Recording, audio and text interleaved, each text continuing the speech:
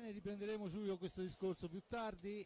Signori, la più cordiale buonasera da parte di Fabrizio Ercolini e Giulio Arnolieri. Ben ritrovati, si gioca questa sera il recupero della 22esima giornata che era saltata per impegni del Palasport extra hockeyistici, e dunque questa sera il Forte dei Marmi, attualmente secondo in classifica con 51 punti, ha la possibilità di allungare sulle dirette concorrenti. Ricordo Bassano allo stato attuale gli stessi punti del Forte Marmi ma con una gara giocata in più, il Lodi che dopo lo scivolone sulla pista di Follonica è scivolato anche in classifica al quarto posto dietro Trissino, Forte dei Marmi, Bassano.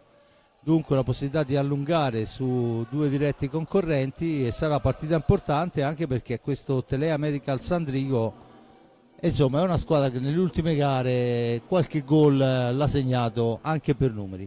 Prima di entrare in tutto questo vediamo le interviste, iniziando dall'intervista a un amico, a Farisa, conosciuto benissimo, ex Valdagno, ex Lodi, ex anche Sandrigo, insomma, dove poi è entrato come preparatore. Sentiamo dunque dalla regia. Con Juan Farisa alla vigilia di una partita importante, come si presenta il Sandrigo qua sulla pista di Forte dei Marmi? Beh, ci presentiamo sulla carta, partiamo come favoriti ovviamente, con una squadra come il Forte che sta facendo una grandissima stagione con giocatori di grandissima qualità, ma noi abbiamo bisogno di punti, siamo in un buon momento, veniamo da 2 vittorie di fila per prima volta in tutta la stagione, quindi ci presentiamo con la voglia e con la fame di far bene, fare la nostra partita e cercare di portare punti a casa. E forse il salto di qualità è proprio là davanti, perché abbiamo visto che se la difesa deve fare molta attenzione, ma davanti sta trovando gli spazi giusti per segnare a ripetizione questo Sandrigo. Diciamo che noi abbiamo messo la concentrazione su migliorare tanto nella fase difensiva, che era dove più problemi trovavamo, no? Questo passo in avanti che stiamo facendo in difesa, questo miglioramento in difesa ci sta portando anche a avere più occasioni in attacco. Poi abbiamo giocatori che stanno ritrovando la fiducia, che all'inizio stagione non l'avevano e che hanno la qualità e la capacità di far gol, e questo fa che ultimamente stiamo vedendo porta con più facilità. Sandrigo ha preparato qualche trappola speciale o continuerà con il suo gioco anche qua a Forte dei Marmi? No, noi anche se l'avessimo preparata non l'avremmo detta, ma no, veniamo a fare No, però questo va 2 minuti prima della gara, perciò non è predattica. No, veniamo a fare il nostro gioco, a continuare con il nostro percorso di crescita, cercare di portare un risultato positivo a casa, e se non è così che ci serva come una prova più per continuare a crescere in questo campionato. Bene Guani, io ti ringrazio, alla prossima. Grazie a voi. Dunque abbiamo sentito le parole di Farisa e ormai vediamo anche la formazione prima di andare a parlare con Giulio di quanto Farisa ha già raccontato. Vediamo le formazioni del Telea Medical Sandrigo, che schiera in porta giocatori, in porta un portiere importantissimo come Adrià Català, già campione insomma con il Lodi, campionati importanti, con il numero 54, con il 3 Andrea Brendolin, un bomber, con il 6 Marco Poletto, con il 7 Matteo Guercio, con l'8 Stefano Giovannini, con il 9 Mattia Serraiotto, con il 29 Mattia Cocco, una delle colonne della nazionale degli anni passati, ma insomma un giocatore molto valido, 34 Marc Ardit, 66 Juan José Moiano, con il 10 il portiere a sostegno è Davide Merlo, a referto l'allenatore è Virgilio Barbiero. Questa è la formazione del Sandrigo, le parole di Farisa, e vediamo anche cosa ci ha raccontato De Cerone, con cui abbiamo svariato un pochino di più, e la formazione poi a seguire del Forte dei Marmi. Mirko De Cerone, buonasera. Dunque recupero con questo Sandrigo che sembrerebbe anche scontato, ma c'è un secondo posto sicuramente da confermare ora. Di scontato nello sport e anche nell'hockey non c'è niente, le partite vanno giocate e l'intelligenza nostra e la forza nostra sarà quella di affrontare il Sandrigo col massimo rispetto, come si deve fare insomma. Una squadra, abbiamo visto, che al netto del rientro di Ambrosio, che sicuramente è una forza in più. Insomma, già Valdagna ha dimostrato grande solidità, perciò i ragazzi stanno veramente bene. Sì, io dico che a Valdagno abbiamo fatto una prova intelligente, abbiamo preso il doppio vantaggio all'inizio. Valdagno ha recuperato di forza perché comunque è una squadra ben messa in campo, ragazzi giovani, due talenti molto importanti, hanno recuperato il risultato, però poi anche nel secondo tempo la partita è andata nel binario che volevamo. Difesa bene e abbiamo colpito soprattutto in contropiede con pazienza, e quindi è stata una partita che i ragazzi hanno interpretato al meglio. Arriva un Sandrigo qua a Forte dei Marmi per questo recupero, che ha ritrovato una verve, magari non solidissima in difesa, ma una verve d'attacco veramente importante.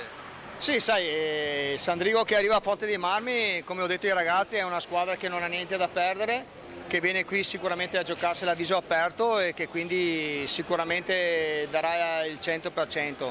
E ripeto, noi dovremmo essere bravi a interpretare la partita come se fosse una finale, perché fino ad ora abbiamo fatto quasi sempre così, io direi quasi in maniera ottimale anche, quindi non dobbiamo sbagliare stasera. Bene, io ti ringrazio Mirko. Grazie. Bene, torniamo qua al banco in attesa che la regia ci spari anche la formazione del Canniccia Motor Club Versilia. Canniccia Motor Club Versilia Hockey Forte dei Marmi, che scende in pista con il capitano e portiere numero 22 Riccardo Gnata, con il numero 5 lo squalo Federico Ambrosio, il lupo di Breganze Andrea Borgo con il 6, Piercarlo Cacciaguerra rientrante dopo un lungo infortunio con il 17, Pato Ipignazar col 55, Chicco Rossi col 57, Tommaso Giovannelli 78, Cisco Ipignazar 87, Enric Torner 99, Raffaello Ciupi 44, l'allenatore è Mirko De Cerone, che abbiamo appena sentito. Dunque Giulio, abbiamo sentito Farisa, gran lavoro, cercare di dare nuovamente fiducia ai giocatori, quella che secondo lui è mancata nella prima parte della stagione. Di fatto viene da 2 vittorie consecutive, e se è vero che ad esempio contro il Novara ha subito 5 reti, è anche vero che ne ha segnate 6, perciò insomma la fase d'attacco è importante. No, ma infatti, ma secondo me anche quello che ha detto lui, no? Che dice abbiamo sistemato la difesa, l'hockey non è il calcio, e quindi se uno sistema la difesa poi va meglio anche l'attacco. Non è un paradosso, perché con la stabilità dietro c'è più possibilità per chi è avanti di gestire meglio certe situazioni. Due vittorie consecutive per una squadra di bassa classifica come il Sandrigo sono molto importanti, anche in chiave play out, perché poi Sandrigo probabilmente si giocherà la salvezza in quel frangente lì, e quindi è il motivo per cui stasera comunque viene qui, non certo per fare l'agnello sacrificale, anche perché delle due squadre l'unica che ha da perdere qualcosa è il Forte dei Marmi, cioè gioca in casa con una squadra che gli è di decine di punti sotto, e quindi può solo perdere qualche cosa al Forte dei Marmi. Cioè se il Forte dei Marmi vince fa il suo dovere, e se invece il Sandrigo porta a casa anche un punto ha fatto veramente un ottimo risultato. Da parte sua il Forte dei Marmi, non vincendo stasera, farebbe un grosso regalo a Bassano e Lodi, indipendentemente da quelli che saranno i loro risultati nelle partite successive, e deve cercare, anche perché ha un calendario non particolarmente facilissimo. Domenica alle 18 arriva il Tristano, tanto per non far nomi, poi la trasferta di Grosseto e poi l'ultima con il Lodi, e quindi è chiaro che stasera i 3 punti il Forte dei Marmi, se ancora vuole e lo deve fare, coltivare ambizioni di secondo posto, li deve assolutamente portare a casa. Bene, intanto vediamo le formazioni che si stanno prova della pallina eccetera con gli arbitri a centropista, arbitri che sono nell'ordine: il primo Andrea Davoli, il secondo Giorgio Fontana, ausiliario Donato Mirko del Rigata, stecca fisso una quindicina di ragazzi venuti giù da Sandrigo. Sandrigo, se possiamo dire una cosa, non sono mai abbandonati a se stessi, qualunque cosa succeda, veramente un gran gruppo. E poi insomma di martedì, domani sicuramente avranno anche loro un lavoro da fare, si devono sobbarcare questi 300 e oltre chilometri di ritorno, oltretutto in una gara che insomma non è quella che il Sandrigo deve aspirare a vincere obbligatoriamente, anche se chiaramente ha tutte le possibilità di farlo. Dunque le formazioni a centropista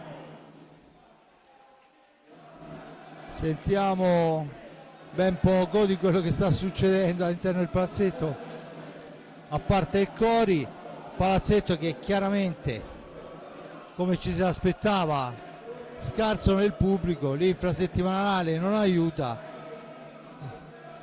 Certamente domenica, anche se si giocherà alle 18, il pubblico sarà diverso. Senza ombra di dubbio, anche perché poi domenica è previsto tempaccio, perciò dove puoi andare se non venire al palazzetto a vedere la sfida delle sfide. Dunque il Forteranoi che si presenta con la tenuta bianca, bordi rosso-blu, e il Sandrigo nella classica tenuta blu e azzurra, perciò insomma squadre che sono pronte. Adesso c'è da fare la famosa scommessa dei quintetti, ma insomma vediamo intanto lo speaker che sta annunciando. All'andata finì 5-2 per il Forte dei Marmi con 3 gol di Pato e Pignazar, una di Cisco e una di Borgo.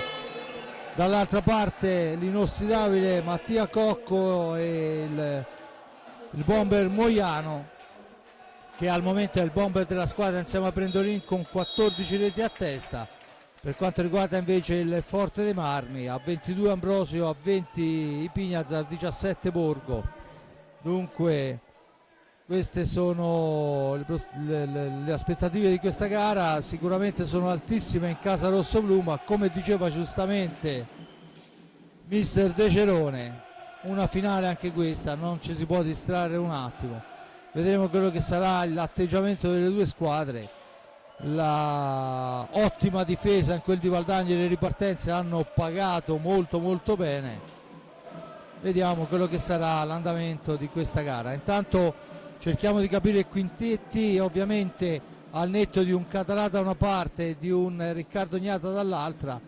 Il Sandrigo presenta, li vediamo già in pista, Lo Guercio, Mattia Cocco, Moiano e dovrebbe essere, se non vado errato, con il numero 34 Ardit. Dunque formazione non sbilanciata, una formazione da contenimento. Il Forte dei Marmi, vediamo che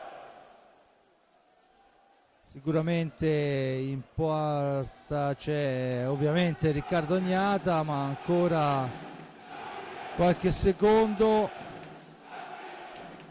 per vedere chi conquisterà la panchina dei rossoblu. Sicuramente Raffaello Ciupi, il portiere a sostegno.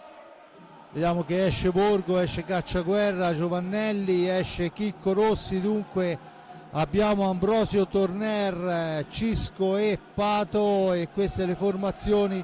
Tutto sommato anche quella del Forte Armi non è particolarmente offensiva. No, ma infatti anche perché anche se poi, Giulio, scusami, abbiamo visto in quel di Valdagno che insomma i Torner e gli Pignazar i gol li fanno. Infatti, ma se si guarda poi la classifica dei marcatori, sì è vero, Ambrosio è davanti, però insomma sono tutti lì, nel senso che il Forteranoi è una squadra dove segnano veramente tutti, e se indubbiamente Rossi ha segnato poco è perché è arrivato più tardi, perché altrimenti anche lui le sue reti, come ha dimostrato con la doppietta importantissima di Valdagno, le avrebbe segnate. Intanto si inizia a giocare con Cocco che l'appoggia su Moiano. Moiano per Ardit, torna all'altezza della tre quarti, l'appoggio è per Mattia Cocco. In profondità Moiano dietro porta, attaccato da Torner, resiste, riesce a girare sfera nuovamente all'indietro per Mattia Cocco che tenta il tiro a lunga distanza. La sfera colpisce il parastinco di Pignazar, di Pato, tocca il soffitto, si riprende con l'ingaggio a centropista. Lo Guercio e Torner sulla sfera, ma c'è il contatto precedente al fischio di Torner, no scusate, di Lo Guercio, di Gerardo, ecco, mi sembrava. Poi dunque la punizione, il Forte Marmi manovra la sua prima sfera con Enric Torner in possesso di pallina e il Nigno per Pato, si allarga il blocco, serve Cisco che filtrante per Pato, prima occasione ma riesce molto bene a fermare l'incursione il portiere Català. Dall'altra parte è Mattia Cocco che prova sul primo palo dove c'è Riccardo Gnata che ferma tutto, Ardit la scambia con Moiano, da questi a Cocco, ancora Cocco in percussione, fascia sinistra, fa partire un tiro sporcato, dunque la sfera rimane lì, attenzione, una carambola premia ancora Cocco. Cocco ancora in possesso di sfera, da questi a Moiano, riconquistata sfera dai Pignazar, cerca un compagno, poi si deve fermare per la fase difensiva accurata del Sandrigo. Torner per Cisco, Cisco per Torner, Torner ci prova, la deviazione del portiere, sfera che tocca ancora il soffitto. Raramente si vedono le sfere che vanno a toccare il soffitto, noi in 1 minuto e mezzo l'abbiamo già vista 2 volte. Sì, infatti. Ancora tentativo di incursione, ma è Lo Guercio che ha la meglio, poi gira sfera all'indietro per Ardit, si chiude la difesa del Canniccia Motor Club, attenzione all'incursione di Ardit, poi perde l'attimo per lo scarico, dunque sfera all'indietro per Mattia Cocco, controllato da Torner. Adesso è Ardit che manovra ancora per Moiano, arretratissimo. Ardit al limite dell'antigioco, sono 18 secondi di attacco per la formazione vicentina. Ci prova adesso Moiano, tenta il tiro accompagnato, ma è Ipignazar che la recupera, la serve a Torner. Il tentativo di Torner non riesce. Un bel pallonetto, aveva provato, ci è arrivato col guantone, ma ci è mancato veramente poco. Bello il gesto tecnico di Torner, bravo anche Català che distinto col guantone, adesso ha parato anche la conclusione di Ambrosio. Ambrosio e Català che hanno anche giocato in quel di Lodi assieme e hanno vinto in quel di Lodi assieme. Adesso blocca sfera, dunque si riprenderà con l'ingaggio, vertice passa alla destra di Català, sfera per il tentativo immediato di Torner, poi ancora ci prova Ambrosio, questa volta è Mattia Cocco che va a intercettare sfera. Dunque Lo Guercio in possesso di sfera, da questi a Moiano per Mattia Cocco, tentativo di incursione per la spizzata che non riesce. Il Cisco Ipignazar recupera sfera, la cede a Pato, sgroppata in fascia destra di Pato, arriva fin dietro porta, si ferma, aspetta il piazzamento, serve dietro Cisco ma fa buona guardia sul tentativo di scarico Lo Guercio. Adesso è Torner la cambia ancora per Pato, da questi a Ambrosio, l'accelerazione di Ambrosio, lo scarico per Torner, manovra per Pato Ipignazar. Torner, il tiro di Torner, la parata del portiere, la recupera ancora Ambrosio, poi il tentativo di servizio. Ambrosio finisce a terra e c'è il primo fallo di squadra fischiato a carico del Sandrigo. Ancora dunque forte rame in avanti, 36 secondi per chiudere l'azione. Torner ancora, l'appoggio è per Cisco al centro, ma l'intervento di Català spedisce la sfera fuori dal rettangolo di gioco. Forte dei Marmi rimane in fase offensiva e soprattutto recupera ancora 45 secondi. Forte dei Marmi che ci prova, Giulio. Sì, aveva iniziato con un paio di conclusioni il Sandrigo, poi però il Forte dei Marmi negli ultimi minuti sta praticamente giocando nella metà campo ospite, anche perché continua a guadagnare i 45 secondi costringendo all'intervento Català ripetutamente. Tanto è Ambrosio che manovra, la tocca per Torner, all'indietro per Ambrosio, lontanissimo, supera un avversario, finisce a terra, l'arbitro assegna il fallo di squadra a carico di Moiano. Questo insomma, sì, il contatto forse c'è anche stato, ma il salto pure, Giulio, c'è da essere onesti, insomma ha accentuato, sperava in qualcosa di più Ambrosio, cercava, come si dice, di metterci mestiere, ma non si fa ingannare l'arbitro. Ambrosio ancora per Ipignazar che supera Moiano, poi arriva fin dietro porta per il tentativo di Ambrosio di prima intenzione, passa alto sopra la traversa. Ancora il numero 29 Cocco per Ardit, da questi a Moiano per Cocco, ancora il tentativo per Lo Guercio, l'appoggio per Cocco che cicca sfera ma riesce a mantenere il possesso, ma è costretto a girarla all'indietro. Moiano adesso ancora Ardit, cerca la percussione, ha attaccato, la sfera è per Lo Guercio, una manciata di secondi oramai per arrivare alla conclusione. Il tentativo recuperato però da Torner che ancora una volta, per la seconda volta, non riesce a superare Català.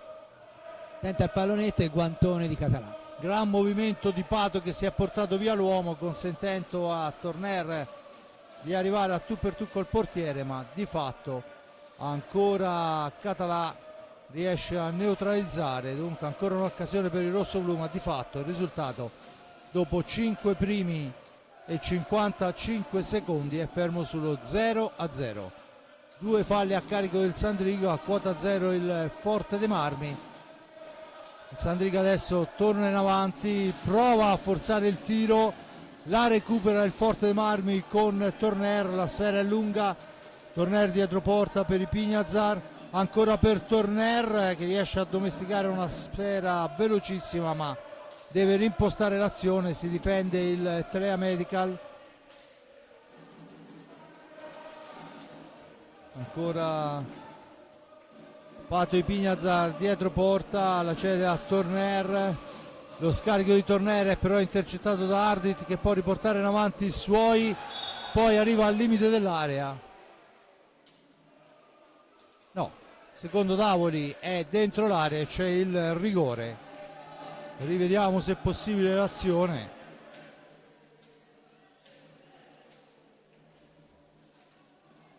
Sì, e forse per un centimetro, ma era decisamente dentro. Dunque il rigore è Mattia Cocco che ha la possibilità di trasformare. Cocco e Ignata credo che abbiano giocato assieme anche loro. Per Valdagno. Vicentini Doc, tutte e due. Dunque il tiro neutralizza Ignato, un rigore non tirato benissimo. No, Giulio. diciamo che Mattia Cocco li sa battere molto meglio, via. Sì, esatto, forse proprio il fatto di conoscersi bene, ha cercato qualcosa di nuovo. Attenzione che adesso però c'è un po' di confusione nell'area, libera tutto Riccardo Ignata, la sfera è per i Pignazar, Cisco che viene in avanti. Cisco ancora, comunque abbiamo visto che in un modo o nell'altro il Sandrigo riesce a rendersi pericoloso, lo ha fatto andando a conquistarsi un rigore al limite, costringendo al fallo il difensore rossoblu. Adesso cerca la difesa e la ottiene Ardit, recupera una sfera importante per i suoi e rimposta l'azione d'attacco.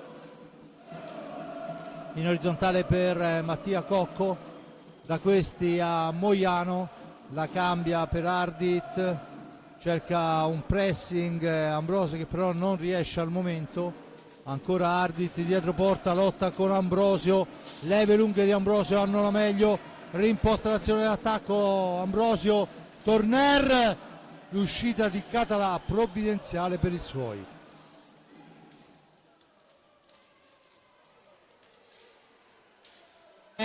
Un attimo di confusione in area del Sandrigo che adesso riesce a rimpostare l'azione d'attacco, pressing sullo Guercio, attaccato da Pignazar che ha la meglio, poi lo scarico per Torner, non si intendono i due, dunque Ardit c'è stato un cambio del numero 6 Poletto, se non vado errato, esatto, Poletto che è entrato al posto di Mattia Cocco. Dunque Poletto può rimpostare l'azione. Ardit adesso attaccato da Ambrosio, fallosamente dice l'arbitro. Primo fallo di squadra a carico del rossoblu e primo time out chiesto da mister De Cerone che probabilmente vorrà correggere qualcosa. Giulio. Sì, avevo visto che si era alzato Borgo, quindi infatti è già entrato in pista. Ma diciamo che il Forte dei Marmi ovviamente sta facendo la partita con però un Sandrigo che lo abbiamo visto al di là del rigore, di qualche occasione l'ha comunque creata e non è squadra che può essere sottovalutata. E secondo me il Forte dei Marmi dovrebbe cercare di far uscire un po' di più i giocatori ospiti, perché poi quando è chiuso il Sandrigo è chiuso molto bene e quindi è difficile riuscire a fare dei passaggi nitidi e anche quando il passaggio viene effettuato però c'è sempre spesso l'intervento di Català o anche della difesa, e quindi è chiaro che tutto diventa più frenetico e meno preciso. Quindi Fortebrami forse dovrebbe cercare di chiamare un po' fuori i giocatori del Sandrigo e poi cercare di approfittare di qualche spazio maggiore che gli si potrebbe creare. Poi, come al solito, come dico sempre, di qua si fa presto a dirlo, in pista è un'altra cosa. Senza ombra di dubbio, intanto il primo cambio anche per le file rossoblù, entra Borgo e prende il turno di riposo Ambrosio. Dunque, al netto dei due portieri le formazioni sono Pato e Cisco Ipignazar, Torner, Borgo, dall'altra parte Poletto, Brendolin se non vado errato, Lo Guercio e Ardit. Dunque turno di riposo anche per Moiano, e subito Brendolin che tenta la conclusione, deviata, era fuori dal rettangolo di gioco. Dunque la punizione in favore del Sandrigo. Signor Fontana chiama la distanza, il fischio dell'arbitro, palla la Brendolin ancora per Poletto, Ardit adesso, non si intendono i due, dunque la sfera rimane lì, ma c'è il fallo di Pato Ipignazar e la punizione già battuta. Siamo ai limiti dei secondi, attenzione, Poletto fa partire una martellata, intanto suona la sirena e c'è dunque il fallo di tempo a carico del Sandrigo. Fortebrami che torna in avanti con Borgo che tocca la prima sfera, la cambia con Torner, sfera all'indietro, poi per Borgo che tenta la spizzata, però c'è il disturbo da parte di Poletto che recupera la sfera e rimposta l'azione d'attacco. Ardit per Brendolin che parte da dietro, ancora Ardit tenta il tiro, c'è però un gran Ipignazar a fermare la zampata, ancora comunque il Sandrigo a manovrare. Adesso è Ardit che scappa in fascia destra, ma non c'è nessuno per lo scarico al centro.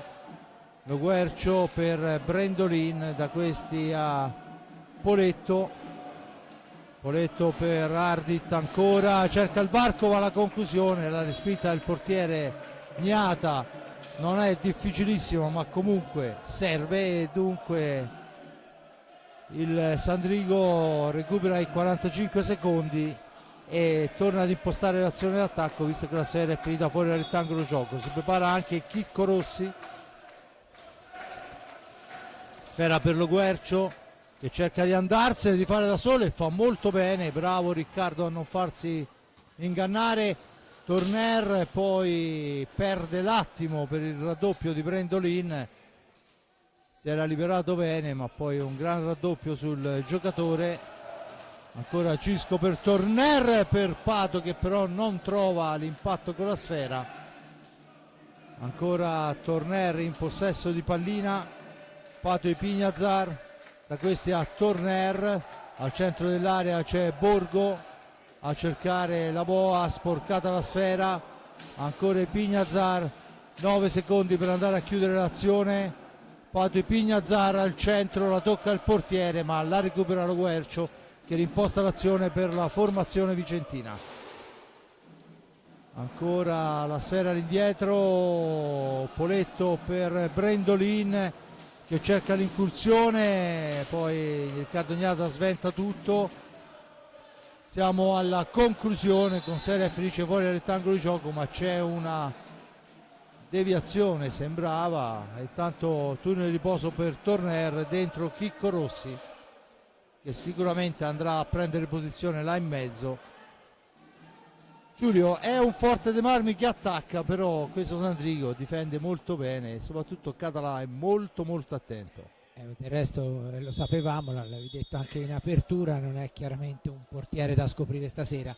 E sì, il Forte dei Marmi in alcuni momenti, specialmente nei primi minuti, aveva dato anche l'impressione di riuscire a forzare al punto che la rete sembrava vicina. Poi il Sandrigo è invece riuscito a rallentare un po' l'azione offensiva dei rossoblù e pur senza creare grossissimi pericoli per la porta rignata, però ha creato, diciamo, ha permesso al Fortenam di creare meno e di avvicinarsi meno al gol rispetto a quanto aveva fatto. Intanto una conclusione di Borgo parata, e secondo me proprio l'ingresso di Borgo era dovuto anche fermo restando gli avvicendamenti, cioè un giocatore che per la capacità di dribbling e altro può anche un po' spezzare gli equilibri in avanti. Tanto è Borgo proprio che manovra, poc'anzi ha impensierito oltre misura, adesso è Cisco, sfera all'indietro per Borgo ancora, che la recupera, la cambia ancora con Cisco, il mischio di Cisco è però murato, la sfera che rimane lì, attenzione Pato per Chicco Rossi, ma passaggio di troppo forse. Adesso il tiro di Brendolin, è una telefonata per il nostro Riccardo Ognata, ma ancora una sfera recuperata. Mattia Cocco cerca di andarsene, Borgo lo brucia in velocità ma commettendo fallo secondo me il signor Davoli, e dunque a 12:25, metà esatta del primo tempo, il risultato è ancora fermo sullo 0-0. Dimostrazione di che quando dicevamo che le partite, come lo diceva anche Mirko De Gerone, vanno vinte giocandole, è vero, no? Nel senso che è una partita che sulla carta uno diceva sì vabbè questa finisce facile, e invece come stiamo vedendo il Sandrigo si sta difendendo molto ordinatamente, creando anche un po' di difficoltà. Un Fortenam che chiaramente non riuscendo a segnare un pochino più di nervosismo ce l'ha. Senza ombra di dubbio, intanto il blocco permette a Poletto di andare via, poi la sfera fermata ma ancora il Sandrigo che ha 6 secondi per andare alla conclusione. 3-2, il tiro fermato, la deviazione, suona la sirena e dunque il Forte dei Marmi riprende a giocare per fallo di tempo. Chicco Rossi in possesso di sfera, autore di una doppietta sulla pista di Valdagno. Rossi ancora per Borgo, l'incursione di Borgo era indicata bene, la sfera un filo alta ma veramente era ben indirizzata sul ragno all'angolo lontano. Mattia Cocca al centro, poi attenzione a Brendolin, il gol proprio di Brendolin, una sfera rimasta a metà strada, toccata da Poletto per Brendolin che deve solo spingerla dentro. Rivediamo, è rimasta a metà strada l'appoggio, Brendolin fa 1-0 quando sono passati 13 primi e 47. Sì, molto bravo. Vabbè, Brendolin sicuramente, ma anche Poletto, se non vado errato, è lui che gli ha dato la sfera, che è rimasto lì in zona, è stato bravo, e a conferma di quello che aveva appena detto, cioè sono partite queste qui in cui certamente, soprattutto se non si sbloccano subito, e poi nell'hockey sappiamo che sbloccare subito vuol dire poco, se non si sblocca e si allungano subito possono anche diventare abbastanza problematiche, e questa è quello che sembra stia diventando, no? Perché il Sandrigo adesso è in vantaggio, il Fortenam chiaramente dovrà cercare immediatamente il pareggio, e quindi la formazione veneta, che sta giocando veramente molto bene in difesa, perché costringe sempre gli attaccanti rossoblù ad arrivare a tiri un po' improvvisati, non lineari come azioni, perché c'è sempre qualcuno che tocca o il giocatore che non riesce a trovare la posizione giusta, e quindi è più difficile centrare lo specchio della porta con, diciamo, tranquillità, fra virgolette. Poi in porta c'è Català e quindi è ancora tutto più difficile. Senza ombra di dubbio, e dunque il Forte dei Marmi che adesso si ritrova ad inseguire quando mancano 11 minuti alla fine del primo tempo, e arriva vicinissimo al pari ma niente di fatto. Grande incursione di Andrea Borgo, intanto è rientrato Moiano, la sfera è per Chicco Rossi, Rossi per Torner che si ferma, chiuso dalla difesa del Sandrigo. La sfera è per Cisco Ipignazza, ma attenzione, Moiano può ripartire, Moiano poi decide di far tutto da solo, c'era una corrente Ardit, tutto libero ma niente da fare. Cisco all'indietro per Torner, il tiro di Torner è però murato dal parastinchi di Ardit, che poi ci mette il fisico e riesce a recuperare una sfera importante per i suoi.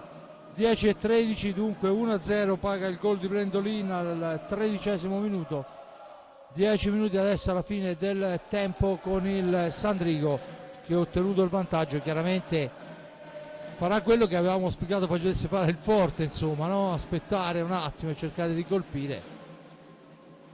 Tanto chiesto il time out da parte di mister De Cerone, la palombella al centro per la deviazione di Moiano che non riesce. Borgo recupera sfera sull'avversario, rimposta l'azione d'attacco. I Pignazar in possesso di pallina, ancora per Borgo al centro per Chicco Rossi che però spalla alla porta, se la deve vedere con un senatore come Mattia Cocco che ci mette della forza, e poi un impallo ancora va a premiare il Sandrigo che arriva alla conclusione. Adesso c'è il fallo secondo l'arbitro di Chicco Rossi. Dunque Giulio, time out, che cosa dice adesso De Cerone ai suoi? Dirà di giocare un po' meglio, perché dopo il gol subito il Forte Marmi, pur continuando chiaramente a fare un po' di più la partita, però mi è apparso meno lucido di quanto non avesse fatto. A dire il vero, le cose migliori secondo me il Forte Marmi le ha fatte nei primi minuti, non i primissimi dove avevamo detto che c'era stato un paio di tiri per il Sandrigo, però dopo mi pare che abbia la preminenza, la capacità difensiva del Sandrigo di imbrigliare i giocatori del Forte Marmi, piuttosto che la capacità inventiva del Forte Marmi di trovare un varco buono per superare Català. Quindi una partita che non è assolutamente facile e ovviamente è diventata più complicata dopo il vantaggio del Sandrigo, chiaramente più complicata per il Forte Marmi. Intanto si riparte, terminato il time out, Català fra i pali, e poi abbiamo con il numero 8 fa il suo ingresso in pista Stefano Giovannini, Mattia Cocco, Moiano e Loguercio, Chicco Rossi, Borgo, Torner e Cisco Ipignazar. Il tentativo controllato da Borgo, attaccato e trattenuto oltre misura. Borgo se ne va, poi fa partire una conclusione che ancora una volta fa la barba alla traversa, anche questa volta era ben indirizzata ma non un pelo oltre l'altezza. Moiano in possesso di sfera, da questi a Mattia Cocco, Giovannini, Cocco, Giovannini ancora, cerca il varco ma Chicco Rossi riesce a recuperare sfera ad andarsene, si ferma fra due avversari, cerca e poi subisce il raddoppio e dunque la sfera torna in possesso del Sandrigo. Adesso si lotta la balaustra, ancora Rossi e Giovannini, poi finisce a terra Giovannini e l'arbitro assegna il quarto fallo di squadra a carico del rosso-blu. Fuori Rossi e dentro Ambrosio.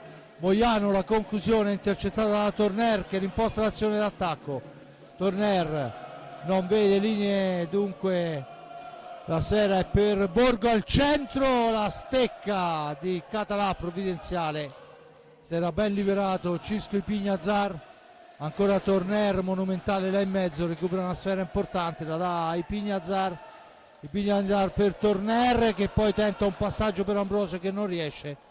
Moiano per il numero 8 Giovannini, sfera all'indietro Loguercio. Il time out adesso è chiamato dalla panca del Sandrigo, la sfera è per Borgo, la recupera sull'avversario, rimposta su Ipignazar, poi il tentativo di filtrante per Ambrosio è controllato però da Mattia Cocco che cerca di andarsene, lo scarico di Cocco, la sfera per Moiano che dà ancora all'indietro per il numero 8 Giovannini, da questi a Cocco, filtrante per Loguercio che poi finisce a terra, l'arbitro dice di alzarsi, signor Fontana, un po' come è successo prima con Ambrosio, il contatto forse c'è stato ma accentuata forse un po' troppo la caduta. Attenzione Giovannini che va alla conclusione che però passa al lato. sfera per Cisco Ipignazar che va al controllo e questa volta è un miracolo quello di Català, veramente molto bravo Cisco, ma molto bravo Català. Molto perché si era liberato veramente bene, a differenza di altre circostanze dove aveva preferito non tirare, come prima che aveva il corridoio libero sulla sinistra. Ma è un Sandrigo che secondo me sta crescendo anche perché il Forte Rami non riesce a trovare un po' il bandolo del gioco, no? È una squadra in cui, parlo del Sandrigo, si stanno sacrificando tutti. Prima abbiamo visto un recupero difensivo di Moiano su Rossi nella propria metà pista, dimostrazione che insomma ci credono ovviamente, giustamente, perché stanno facendo una partita più che decorosa, anzi. Sì, no, soprattutto dopo aver trovato la rete hanno impensierito diverse volte, non che il Forte Rami non abbia avuto le sue ottime occasioni, anzi forse un paio più importanti, ma insomma il Sandrigo ha impensierito oltre misura il Forte dei Marmi. Adesso c'è un po' la Sfera che torna indietro, ma Moiano è ben appostato, la porta via, poi c'è il contatto fra Ambrosio e Moiano e l'arbitro dice che c'è il fallo di Ambrosio, il time out chiesto dalla panchina del Sandrigo e insomma c'è di che discutere in panchina perché insomma non stiamo giocando bene. No, e anche il discorso falli, ora si sta caricando di falli la squadra di De Gerone proprio perché ha qualche difficoltà, no? Ma si vede bene che il Sandrigo dal punto di vista psicologico è cresciuto molto dopo la rete. Il Forte dei Marmi invece non ha avuto quell'accelerazione che una squadra del suo calibro, perché comunque parliamo sempre di una seconda in classifica, dovrebbe avere in certe circostanze. Però ritorniamo, no, al discorso di prima, le partite vanno vinte, vanno giocate per vincerle, e chiaramente il Forte dei Marmi stasera, che magari almeno per il momento è un po' meno lucido rispetto a altre circostanze, per di più si trova una squadra che dopo essere passata in vantaggio è molto carica, ha qualche difficoltà. Sta proprio alle grandi squadre in questi momenti, devono ritrovarsi e riuscire a superare anche queste difficoltà, soprattutto trovare la capacità di riuscire ad andare al tiro in porta in maniera un po' più pulita, perché effettivamente è molto difficile per i rossoblù andare a un tiro nitido. Poi ripeto, quando quelle volte ci arrivano c'è Català che chiude tutto. Dunque si riprende a giocare con la sfera sulla stecca del Sandrigo, battuta in questo momento, è Brendolin in possesso di pallina, no scusate, Ardit, Giovannini, Loquercio e Brendolin, sì mi sembrava di averlo visto in pista, Brendolin che cerca di seminare il panico, va alla conclusione. Fermato, sfera ancora per Brendolin che però manca l'aggancio e dunque Ipignazar per Tornera al centro per Ambrosio, occasionissima rosso-blu, poi la sfera si ferma a metà strada, dunque Giovannini può recuperarla per Ardit e il Sandrigo può rimpostare l'azione d'attacco. Sfera per Giovannini, da questi a Brendolin, 4,50, conclusione, Torner, Ambrosio, Torner e questa volta il palo a dir di no. Pare deviazione sul palo, sì. Attenzione. Sembrava a colpo sicuro questa conclusione di Torner, secondo me anche lui pensava di averla messa nel punto giusto. Adesso è Borgo che ha la meglio su Ardit, gli porta via sfera in maniera pulita, dice l'arbitro, rimposta l'azione. Schierato a difesa della porta il Sandrigo, si muove per linee esterne il Canniccia Motor Club. Torner in possesso di pallina, 4,11, sfera al centro, poi la pallina recuperata da Giovannini, recuperata però da Ambrosio che punta, Català va alla conclusione, portiere che la ferma, ancora Borgo che ci prova, il gol di Andrea Borgo, ha segnato a Borgo anche se in area c'era Ambrosio, però secondo me è giusto così. Rivediamo il replay perché una martellata, si libera e la insacca, 3,51 è Borgo Del resto ci voleva una soluzione di questo genere. Affamatissimo come un lupo, ci aveva già provato 2 volte, alla terza va a mordere Català. Dunque gara nuovamente in parità al 22esimo. C'è adesso il fallo in attacco, ha segnato il 6º fallo di squadra a carico del Forte dei Marmi. Fallo c'è stato sicuramente, ci prova adesso Moiano, ma la sfera è recuperata da Cisco e Pignazar che vola in avanti, si ferma, aspetta il piazzamento, dietro porta c'è Torner che riceve, Torner spintonate, ancora Borgo, l'appoggio è per Cisco e Pignazar, da questi a Torner, sera per i Pignazar, il missile dritto per dritto, gli risponde il portiere, attenzione Brendolin che porta l'insidia in avanti, va alla conclusione abbondantemente fuori.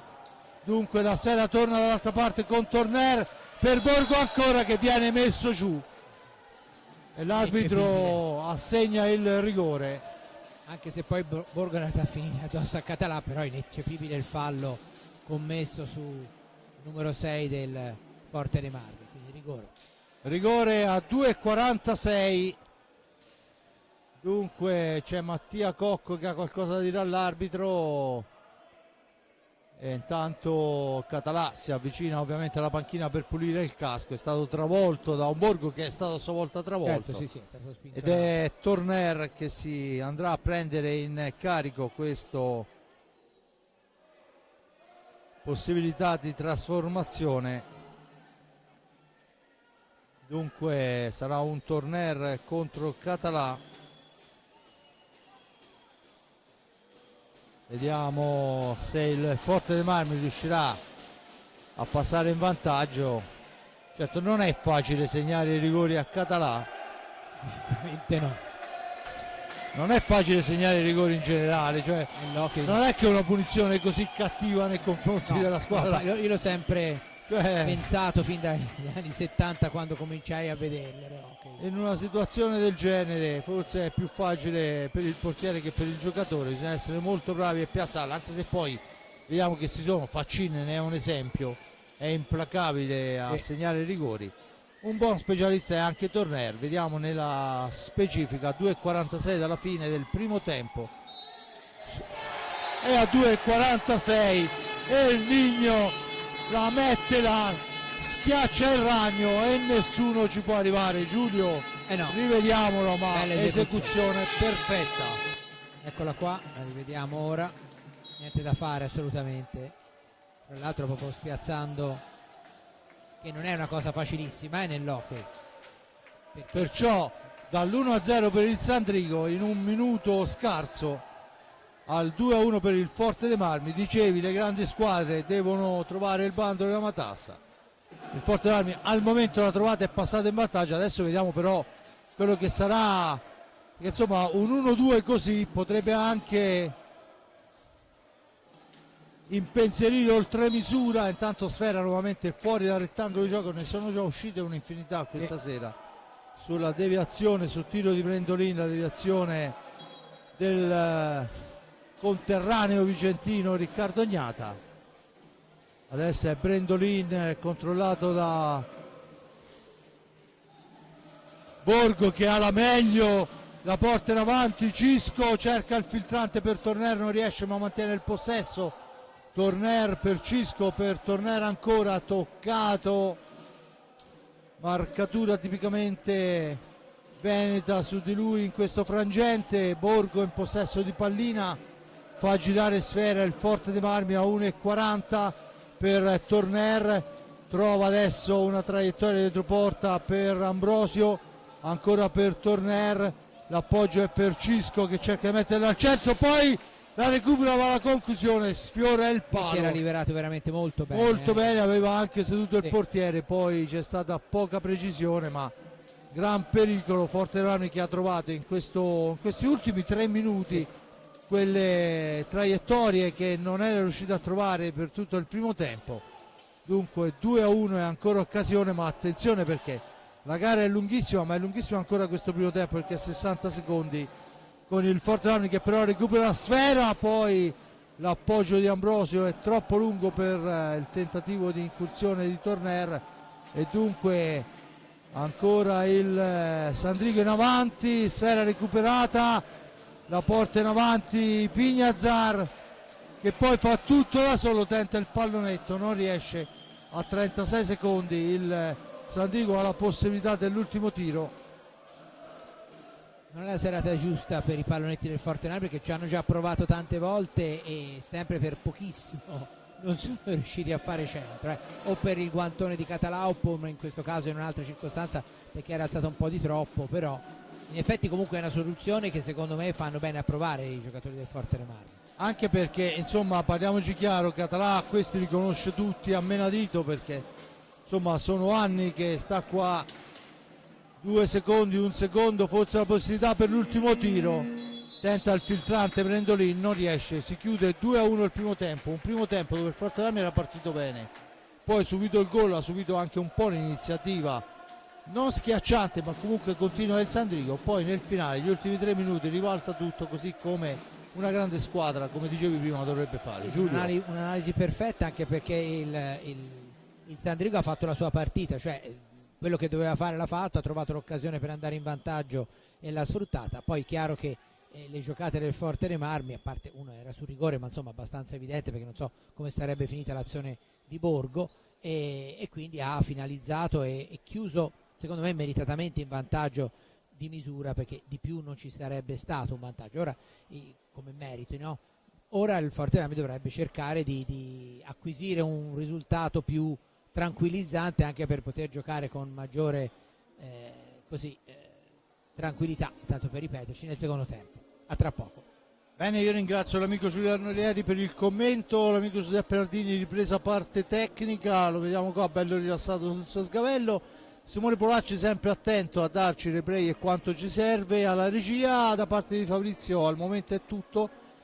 Dunque noi ci risentiamo per la ripresa, ci prendiamo qualche secondo per respirare, più o meno alla linea alla regia.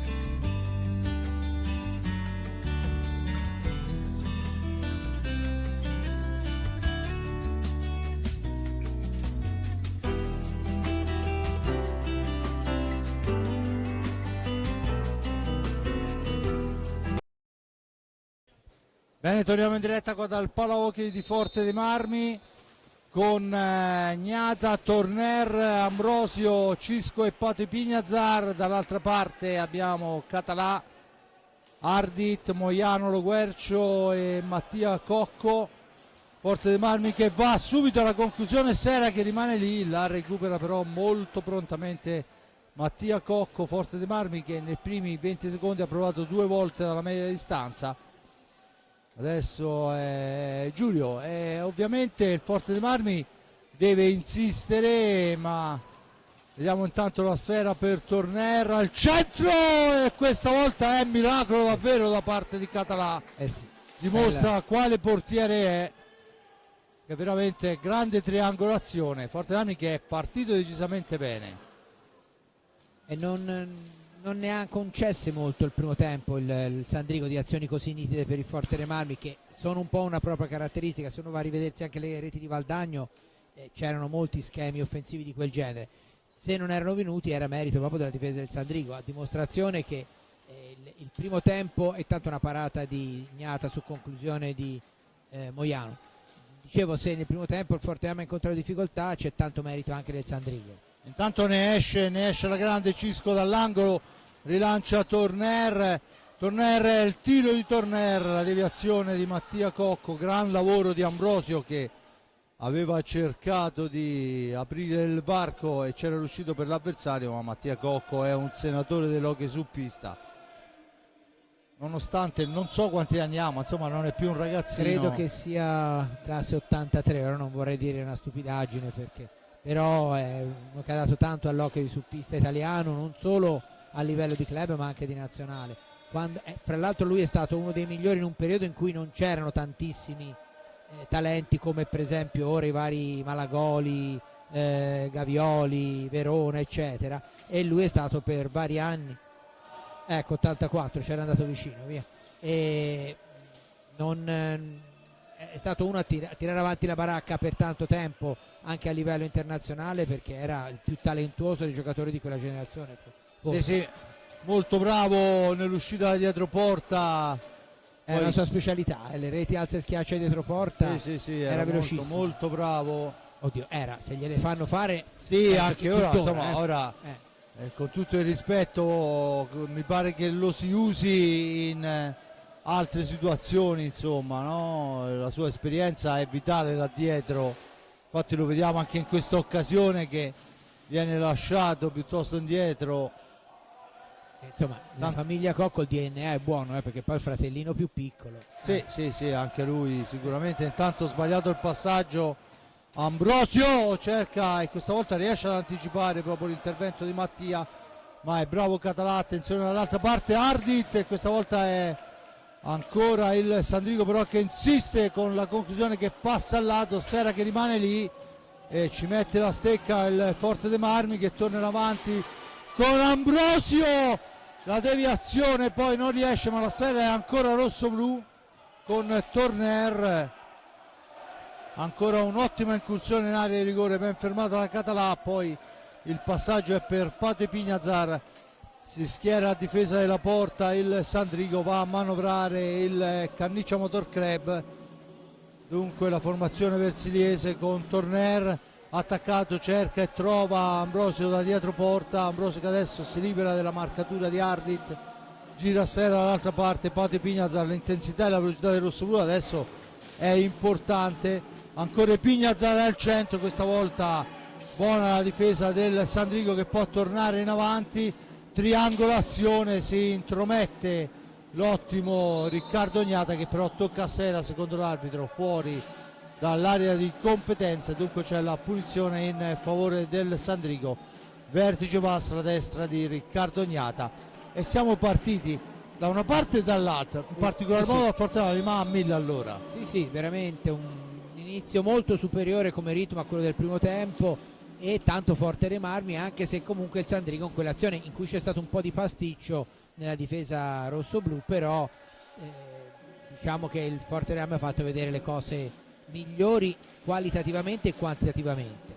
Intanto è Cocco che la serve allo Guercio, poi c'è il buon anticipo di Ambrosio che va a mordere sanguinare a centro pista quando c'è uno squalo in agguato è pericolosissimo. Giulio, Comunque, rivediamola. questa rete a me ricordava quella di Gil, quelle di Gil da quella posizione lì erano, come dicevi te, una sentenza. E insomma anche Ambrosio ha imparato benino, via, diciamo così. È un gol importante perché per la prima volta consente al Fortename di andare in doppio vantaggio, e quindi dovrà per forza il Sandrigo, visto che comunque non ha niente da perdere, dovrà provare a scoprirsi di più, e il Fortename, se saprà approfittarne, potrebbe dare una svolta alla partita. Ho già detto troppi se, però insomma tanto qualcosa c'è da raccontare, sicché. Senza ombra di dubbio intanto è rientrato Brendolin, che è uno di quei giocatori che ha la fantasia per scardinare le difese avversarie. Vediamo quello che riuscirà a fare, ma la sfera è ancora intercettata dalla difesa rossoblu. Torner si ferma, aspetta il piazzamento, serve Cisco, da questi a Pato, ancora Enric in fascia destra, dietro porta per Fede per Enric, Cisco la porta avanti in fascia destra, l'uscita con il fratello Pato, la scambia con Torner, l'accelerazione di Torner che poi si ferma, fa fuori un avversario, al centro Torner, Enric Torner, la premiata ditta, Cisco e il Migno, fa 4-1, perfetto. È la più bella azione del Fortename, meritatamente conclusa in rete, eccola qua, e c'è subito logicamente il time out del Sandrigo. Già che c'è il time out, a proposito di Brendolin, volevo ricordare quello che mi ha sempre detto Francesco Martini a proposito di questo giocatore, che è più o meno un quasi coetaneo di Alessandro Verona e Mattia Cocco. Mi raccontava Francesco Martini, che è un tecnico di grandissima esperienza e li ha visti nascere questi giocatori, che quando erano molto giovani, i tre praticamente erano tutti sullo stesso piano. Poi Brendolini, anche per scelte di vita, di lavoro, è rimasto un po' più legato al suo territorio, sia Alessandro Verona che Giulio Cocco hanno fatto altre scelte, però è un giocatore molto dotato tecnicamente e ha dei momenti di classe pura e assoluta. Senza ombra di dubbio lo dimostrano oltretutto le sue 14 reti in campionato, scusate 15 con quella di questa sera, mentre il gol di Ambrosio lo porta a quota 23. Borgo, ormai lo diciamo tutti, Borgo sale a quota 18, Torner addirittura la doppietta anche questa sera, così come in quel di Valdagno, si porta a quota 15, e c'è adesso comunque il Sandrigo che va a manovrare. Ancora Brendolin, questi a Hardit per Brendolin, la cambia con Poletto che ha preso il posto di Moiano. Ancora Hardit, Brendolin, il tentativo, la sfera deviata. E Gnata ha fatto vedere che con il guantone sa parar bene anche lui. Sì, senza ombra di dubbio. Intanto sfera che torna in pista.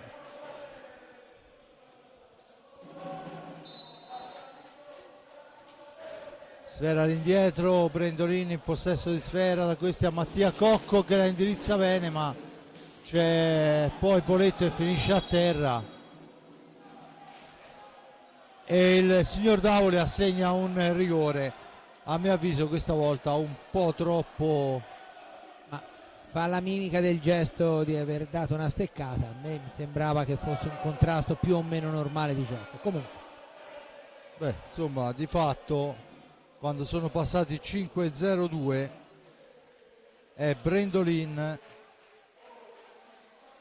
o il Brendo come lo chiamano, che va a tentare per due volte Gnata gli dice di no. Molto più bella la seconda parata secondo me che la prima di Gnata, sì, anche più difficile. Dunque Brendolin, rigore che aveva la possibilità di dimezzare il vantaggio rossoblu, che non va in porto. Fortename che torna in avanti con i Pignazar che si fa tutta la pista, poi la gira per Pato, adesso tocca a lui, fa fuori Brendolin con una Veronica, la serve già a terra Pato, l'arbitro dice che si può proseguire, ancora Cisco in possesso di sfera, l'appoggio è per Pato, da questi ad Ambrosio per Torner, per Pato ancora, siamo ai limiti dei secondi, bisogna andare a riguadagnare, non riesce a riprendere i secondi il Forte dei Marmi per l'intervento di Mattia Cocco e dunque fase difensiva adesso per il Canniccia Motor Club, va a manovrare intanto dentro lo Guercio e fuori Mattia Cocco, Brendolin per Poletto la mette al centro, la sera sparata lontana ma lo Guercio riesce a recuperarla prima degli altri, Poletto ancora, Ardit, lo Guercio in possesso di sfera, Poletto, il missile di Poletto deviato da Torner, là in mezzo Torner è un motorino incredibile, doppietta per lui e fase difensiva pressoché perfetta. Adesso turno di riposo per Ambrosio, entra Andrea Borgo. Ma Torner è un giocatore straordinario di qualità e di quantità, io credo che ricorderò finché campo le 3 finali che ha giocato qui e vinte col Forte dei Marmi, scudetto contro il Tristano, è stato 3 partite straordinarie in cui in una squadra dove insomma di gente bravina ce n'era, ma lui ha disputato delle partite eccezionali, cioè senza un errore. Sì, no, sicuramente per qualità e quantità è impressionante, anche perché poi è uno di quei giocatori che nonostante la stanchezza, tempi lunghi eccetera, sempre non ha lucito dal lo Guercio. Certo che almeno un fallo di squadra ci stava, Insomma 6 falli a carico del rossoblu, a quota 2 il Sandrigo che comunque insomma ha giocato e difeso come tutti. Questa è però la decisione del signor Davoli questa sera in coppia con Fontana. 16:33, 4-1 il risultato, cartellino giallo dunque a Cisco quando mancano 16:33. Vediamo, Nazari deve aver detto ma insomma ce l'hai con me, prima il rigore poi la munizione, in realtà la munizione era per proteste, però sì, la protesta c'era perché lui pensava di aver subito un fallo, cosa che più o meno di qua sembrava anche a me. Comunque insomma, tanto è Borgo in possesso di sfera, Giulio, sono chiacchiere accademiche. Un Borgo che nel primo tempo ha avuto un grande impatto, lo vediamo anche adesso, un grande impatto sulla partita, vicino alla spizzata, poi rimbalzo che favorisce il Sandrigo per un 3 contro 2, ma un grande Gnata supportato da Cisco Ipignazar che poi si porta via sfera, aspetta il piazzamento dei compagni, serve Borgo che riceve il passaggio di Torner, dietro porta per Pato, si scambiano i due di posizione, ancora Pato per Borgo per Pato che poi va alla conclusione, ma era forse troppo vicino al portiere per riuscire ad alzarla. Sì, l'unica sarebbe stato quella. A proposito di Borgo, insomma, credo che la sua stagione fino a questo momento veramente molto positiva sia stata ufficializzata con la convocazione in nazionale Under 23. Sono veramente curioso di vedere come se la caverà nell'europeo di categoria nel periodo di Pasqua, perché certamente non penso che sarà la sua una presenza saltuaria nelle nazionali, dopo che aveva già fatto molto bene l'Under 17 da giovanissimo. E c'è il gol di Torner e questa volta il pallonetto è entrato. Dunque Enric Torner, il Nigno, rivediamo grande movimento anche in questa occasione dell'uomo senza sfera che si allarga. Borgo apre un varco importante e Torner questa volta l'appoggia molto bene, forse c'è la deviazione. Sì, forse sì, però si è visto bene che Català ha avuto un attimo, no? Dove vado, di qua o di là, e probabilmente Torner ha visto che la testa l'aveva già spostata verso in direzione di Borgo e ha fatto centro dall'altra parte con una probabile minima deviazione, ma tanto poi il gol, come si sa nell'hockey le autoreti molto molto raramente vengono assegnate, giustamente secondo me, e quindi giusto che sia la terza rete di Henrik Torner di stasera. Dunque tripletta di Torner questa sera e adesso c'è il time out chiesto da De Gerone, che nonostante il 5-1 vuole ragionarci su con i propri ragazzi. Ovviamente gara più che indirizzata, anche se manca ancora molto tempo, ma insomma per quello che stiamo vedendo in pista è un Forte dei Marmi che sta indirizzando la sfera. Intanto fuori Pato Ipignazar e dentro Chicco Rossi. 14:59, dunque al 10° minuto Torner allarga il risultato. Cisco Borgo, tiro alla traversa di Torner, l'arbitro dice che il portiere ha toccato, dunque ci prova anche Borgo ma passa al lato, disturbato da Poletto. Sfera in avanti per lo Guercio, attaccato subito da Ipignazar e c'è il 7° fallo di squadra a carico del rossoblu. Già battuta lo Guercio, sfera all'indietro, il tentativo di Brendolin da lunghissima distanza intercettato da Chicco Rossi, ma il rimbalzo favorisce ancora il Sandrigo. Tentativo di blocco di Poletto che non riesce. Adesso è Giovannini che viene intercettato da Chicco Rossi, da questi a Torner per Ipignazar, rimbalzo maligno della sfera, Ipignazar la controlla, la serve a Borgo per Torner, per Borgo ancora, Torner dall'altra parte per Ipignazar, ancora all'indietro per Torner,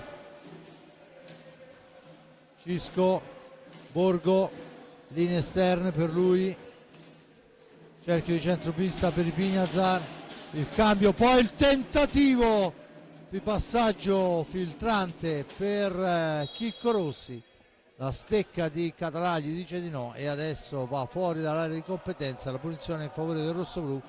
13:29, 5-1 il risultato. Sfera all'indietro,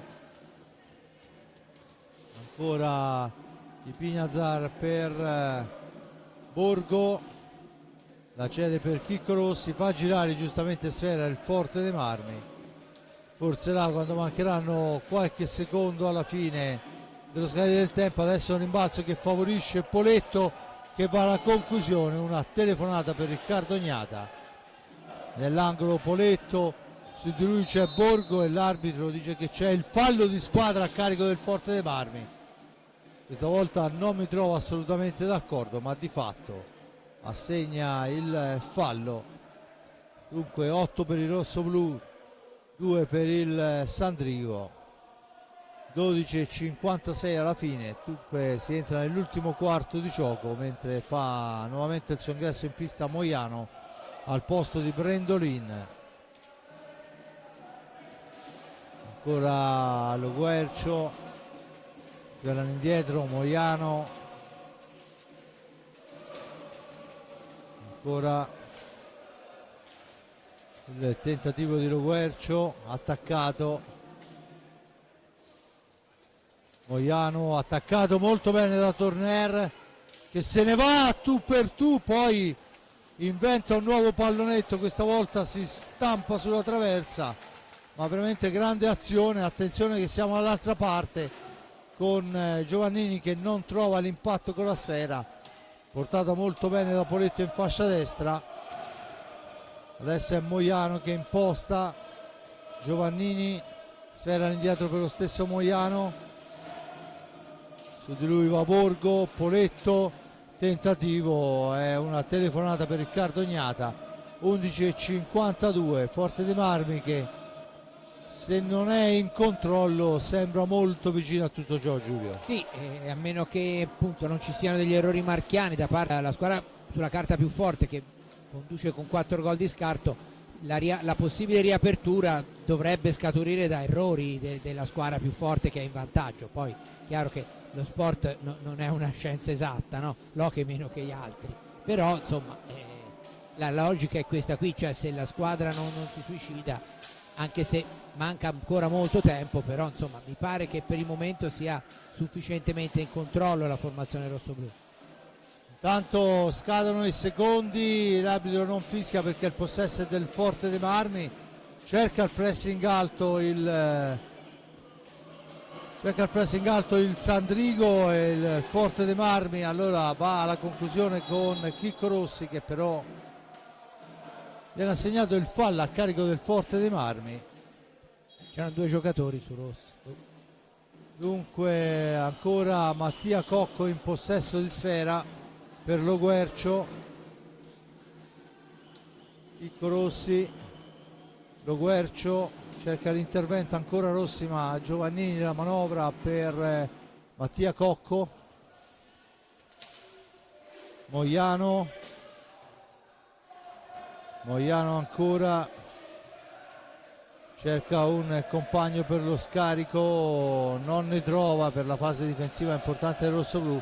Intanto è rientrato Pato e Pignazar senza nessun problema. Borgo recupera sfera, sgroppa in fascia destra, supera un avversario, si ferma, è Moiano su di lui, cerca di andarsene, Moiano cerca di trattenerlo, poi lo scarico per Rossi che fa la barba alla traversa, ma la sfera è ancora per il rosso-blu. È recuperata ancora da Rossi per Cisco, da questi a Pato.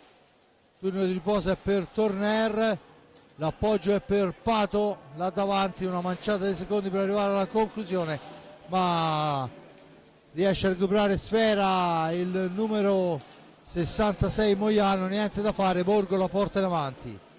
Borgo per Cisco e ancora occasionissima per il Forte dei Marmi, che oltre al controllo trova anche i varchi adesso. No, sta giocando in scioltezza il Forte dei Marmi, sta creando anche parecchie occasioni. E intanto eccolo là, Pato e Pignazar su assist di Chicco Rossi, decide che anche il suo nome deve andare sul tabellino. Lo rivediamo adesso, eccolo qua, il servizio, poi al palo, eccolo qua, lo vediamo bene qua. Qui si vede molto meglio il passaggio, prima attenzione, nessun problema. 6-1 rosso-blu quando mancano 9:02. Dunque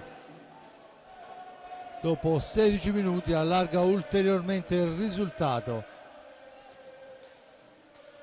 Forte dei Marmi che adesso deve difendersi dall'attacco del Sandrigo. Ancora Mattia per il tentativo in giravolta importante di Ardit, la sfera recuperata, palla lunghissima per Chicco Rossi. Chicco che non è ancora andato a segno ma che ha offerto 2 assist di cui uno vincente veramente importantissimi. Chicco ancora all'indietro per Pato, cerca e trova Cisco, attaccato dallo Guercio, filtrante per Borgo che poi forse un po' troppo altruista questa volta. Sì. Anche se, diciamocelo Giulio, sarebbe stato un capolavoro, Sì. un assist sotto gamba così, se fosse diventato un gol sarebbe stato un capolavoro assoluto. Ma credo comunque che se, non credo, cioè credo ma non credo, che se anche Alessandro Bertolucci avesse avuto qualche dubbio sulla convocazione di Borgo, anche questi sprazzi che ha avuto in questa partita l'abbiano confermato di aver fatto la scelta giusta per l'Under 23. No, senza ombra di dubbio il ragazzo è fin da ragazzino, ricordo quando c'erano i concentramenti, dimostrava qualità. Adesso oltre alla qualità, e diamogli un rigore, oltre alla qualità ha trovato anche la giusta maturazione, gli spazi giusti e, consentimelo, un Decerone che riesce a farlo giocare al meglio e al top, ma non soltanto lui, tutta la squadra. Io credo che un grandissimo merito vanno a quei 2 signori che vediamo in panchina, uno con la maglietta rossa a fare una preparazione stupenda e l'altro con la giacca blu a dare serenità, tranquillità e soprattutto schemi alla squadra. No, ma senz'altro, anche perché lo si è visto in tante occasioni, le reti del Forte dei Marmi non sono episodiche, cioè un pezzo di bravura dei vari che giocatori ci sono, Ambrosio, Tornello, ma frutto proprio di schemi, e quando, come era successo nel primo tempo, non se ne è visti tanti, è stato perché ha fatto veramente una grandissima difesa al Sandrigo. Non appena c'è stato un po' di allentamento e il Forte dei Marmi è venuto fuori di prepotenza, e Mattia Cocco che si appresta a battere quest'altro rigore. Comunque, insomma, considerando che il gioco, la partita l'ha fatta al Forte dei Marmi, 8 falli di squadra e 3 tiri piazzati per il Sandrigo, non sono male. Cocco contro Riccardo Gnata, vediamo quello che succede. Ancora una volta lo mura Riccardo Gnata, poi l'alza e schiaccia ancora, e poi al terzo tentativo riesce a segnare, e qui sarebbe molto interessante rivederla, ma sicuramente avremo occasione di vedere il replay da dietro porta. Vediamo che ci prova ancora e poi segna. Volevo vedere 2 secondi prima, ma non siamo riusciti a cogliere l'attimo. Comunque 6-2 il risultato, 7-12 da giocare. Intanto ha fatto il suo ingresso in pista anche Tommaso Giovannelli. Dunque Giovannelli, Borgo, Pato e Enric Torner, l'accelerazione. Enric Torner dietro porta, ancora lui, il tentativo di Pato che non dà frutti ma mantiene il possesso della sfera, ma siamo al limite dei secondi, e allora ci prova Borgo a arrivare dalle parti del portiere, niente da fare. Scadono i secondi, ci ha battuto lo Guercio in possesso di sfera da questi. Ardit per Brendolin, il tiro di Brendolin controllato senza eccessivi patemi dal portiere Riccardo Gnata. La sfera recuperata dal Forte dei Marmi con Torner, che poi la fa correre, ma attenzione, Mattia Cocco la recupera. Conclusione ancora, bisogna liberare, ci riesce adesso Borgo con l'appoggio su Torner per Borgo, limite dell'antigioco. Pato e Pignazar, Pato per Giovannelli, si ferma, la serve a Borgo, gioca ai 4 quantoni la formazione rosso-blu. 6-2 con 5 minuti e 46 da giocare, si può aspettare qualsiasi momento per tentare di tirare, come ad esempio ora che siamo ormai ai 10 secondi dalla fine dello scadere. Il tentativo non è riuscito, ma è ancora Pignazar che va alla conclusione, la para al portiere, ma la sfera è riconquistata da Mattia Cocco. Da questi a Brendolin per Lo Guercio per Mattia Cocco ancora la conclusione che passa al lato. Borgo sulla traiettoria, recupera sfera, serve Torner, linea pulita di passaggio. Torner adesso addomestica sfera, serve nuovamente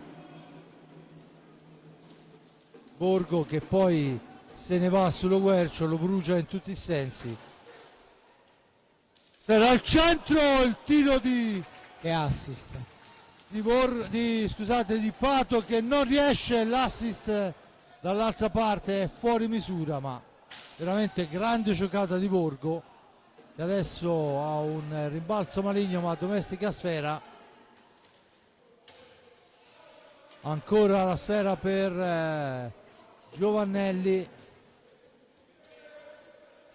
recuperata la pallina, Brendolin cerca un assist, poi la palla sparisce ad opera di Pato e Pignazar, ma siamo già dall'altra parte con il Sandrigo che porta l'incursione, dietro porta Brendolin, su di lui Pato e Pignazar. Il fallo a carico del Forte dei Marmi è il 9, quando mancano 4:06. Dunque Giulio, se siamo fortunati vediamo anche un tiro diretto, sì, del 10° fallo contro Riccardo Gnata per 10° fallo. Sfera per anzi sono quasi sicuro che lo vedremo ancora. Il metro è quello, sì. Poletto per Guercio, Poletto che tenta il tiro, poi la sfera indirizzata, la deviazione, sfera alta, e vediamo che cosa dice l'arbitro. Fuori Borgo e dentro Ambrosio. fuori Ardit e dentro è entrato Ambrosio al posto di Borgo, entra anche Ciupi per Riccardo Gnata. Ricordo che il Forte Lami ha giocato sabato una partita dispendiosissima sulla pista di Valdagno. Dunque Raffaello Ciupi in pista, la sfera recuperata da Torner, neanche a dirlo, portata da Torner ancora per il tentativo subito di Ambrosio, ma si distende bene Català. Poi in una serie di rimbalzi dove c'erano 3 rigori un anno fa, ma non è più così, e c'è il terzo fallo di squadra a carico del Credo San sia il Diego. primo del secondo tempo. È il primo del secondo tempo, te lo assicuro, perché e poi il gol che noi parlottando ce lo siamo perso, Giulio. E se non mi sbaglio dovrebbe essere di Di Giovannelli. Giovannelli su assist di Ambrosio. Eccolo là, esatto. E dunque anche Giovannelli ha di che pagar pegno. Spero di essere presente Dopo appunto il lungo infortunio che l'ha tenuto fermo per un bel po'.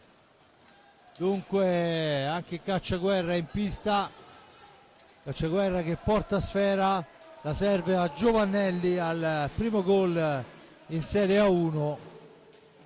Non so cosa costa in termini di pasticcini, ma credo abbastanza caro. Dunque ancora il Forte Armi che allunga sul 7-2, 2:45. Ello Guercio in possesso di sfera, su di lui va Cacciaguerra, sfera per il numero 9, attenzione che poi va alla conclusione, bravo il nostro Giupi, e ancora il tentativo di giocata speciale, sfera che rimane a metà strada, Borgo per Cacciaguerra, per questi per Torner. Dunque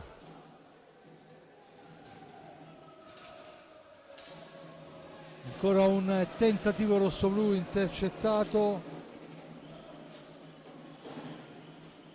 in pista anche Mattia Serraiotto con il numero 9 che poc'anzi ha impensierito Riccardo Gnata. Adesso Torner cerca la giocata personale, poi è Lo Guercio che porta avanti sfera, la serve a Poletto, da questi al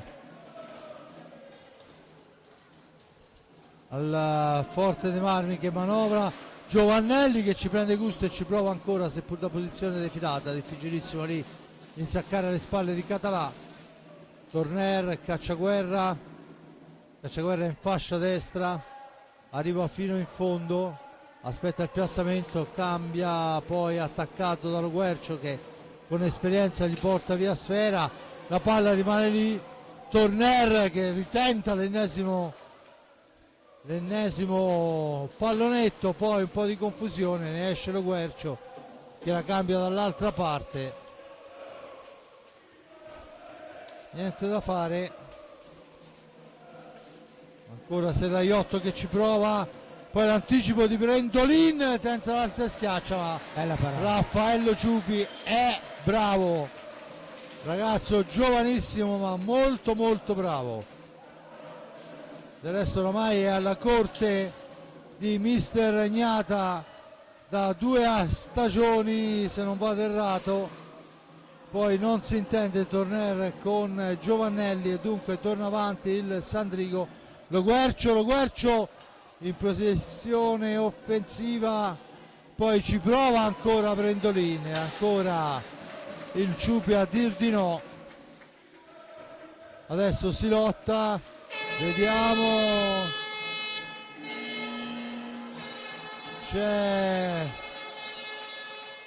vediamo qual è la decisione dell'arbitro, perché sinceramente il gol segnato proprio dal 9 Serraiotto, allo scadere, una tromba ha ingannato tutti, si sono fermati i giocatori rossoblu, lui è l'unico che non si è fermato, è andato a segnare la terza rete.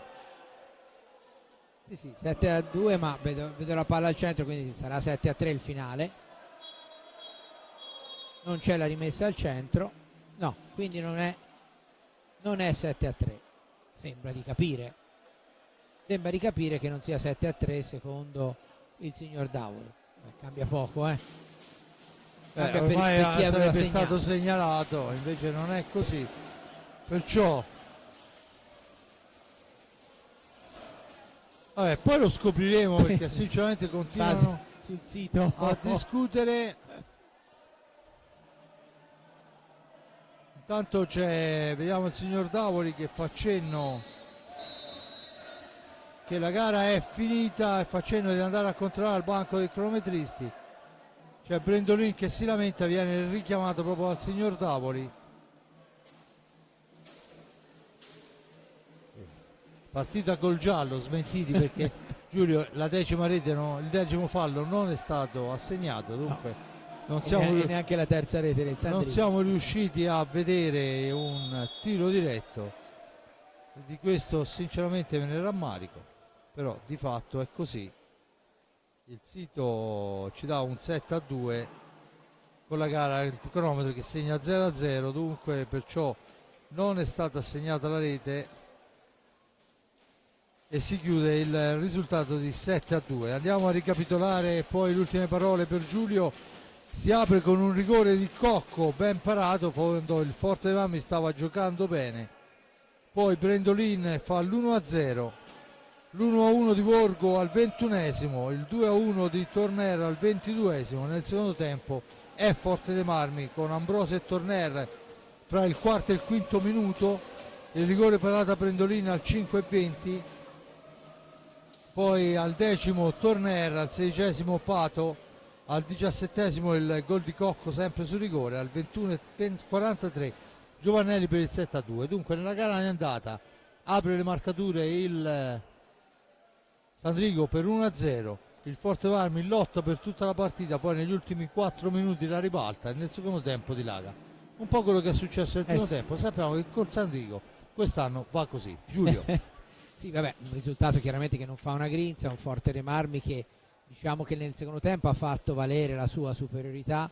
Nel primo il Sandrigo ha tenuto molto bene, ha creato varie occasioni, l'abbiamo visto, e niente, c'è poco da dire, cioè il Forte dei Marmi ha fatto valere la superiorità di alcune individualità e ha anche subito vedere di essere in grado di far male, quindi 3 punti importanti. Il Forte dei Marmi doveva fare questi 3 punti per consolidare la propria seconda posizione di classifica in vista di un finale di stagione, come abbiamo detto all'inizio, abbastanza difficile quanto a calendario. Vedremo quello che succederà. Intanto domenica prossima ci sarà una grandissima partita qui, quella che sarà una delle tante rivincite delle finali scudetto dello scorso anno, con il Trissino ormai largamente in testa al campionato, largamente favorito, vincitore della Coppa Italia, però magari qui a Forte dei Marmi rincontrerà qualche difficoltà che non inficeranno il suo ruolo di favorito, ma che potrebbero magari, che ne so,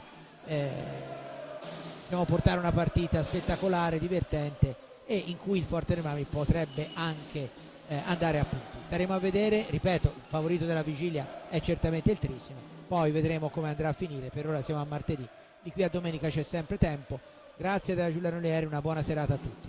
Bene, io ringrazio l'amico Giulio Arnolieri per il commento a questa gara, dove il Forte dei Marmi si porta dunque a +3 sul Bassano, mantiene la seconda posizione, +3 sul Bassano, +5 sul Lodi, e dunque conquista 3 punti importantissimi. Grazie a Giulio, grazie a Giuseppe Nardini per le riprese della parte tecnica, grazie a Simone Polacci per la regia. Noi ci risentiamo, a Dio volendo, diciamo così, domenica per Forte dei Marmi, Canniccia, Motor Club Versilia, Hockey Trissino. Dunque la linea va alla regia. Ale.